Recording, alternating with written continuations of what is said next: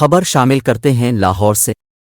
Dead line ختم ہو گئی، پنجاب حکومت زمان پارک پر آپریشن کے لیے تیار۔ پنجاب حکومت کی جانب سے زمان پارک میں موجود افراد کی گرفتاری کے لیے پی ٹی آئی کو دی گئی 24 گھنٹے کی ڈیڈ لائن ختم ہو گئی۔ 24 گھنٹے سے زمان پارک جانے والے تمام راستے بند ہیں۔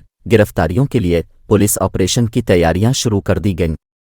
تفصیلات کے مطابق پنجاب پولیس کے ہاتھوں گزشتہ روز شروع ہونے والا زمان پارک کا محاصرہ تاحال جاری ہے۔ پنجاب پولیس نے زمان پارک جانے والے تمام راستے بند کر رکھے ہیں۔ زمان پارک کے باہر موجود پی ٹی آئی کارکنوں کے تمام کیمپ خالی ہو چکے ہیں۔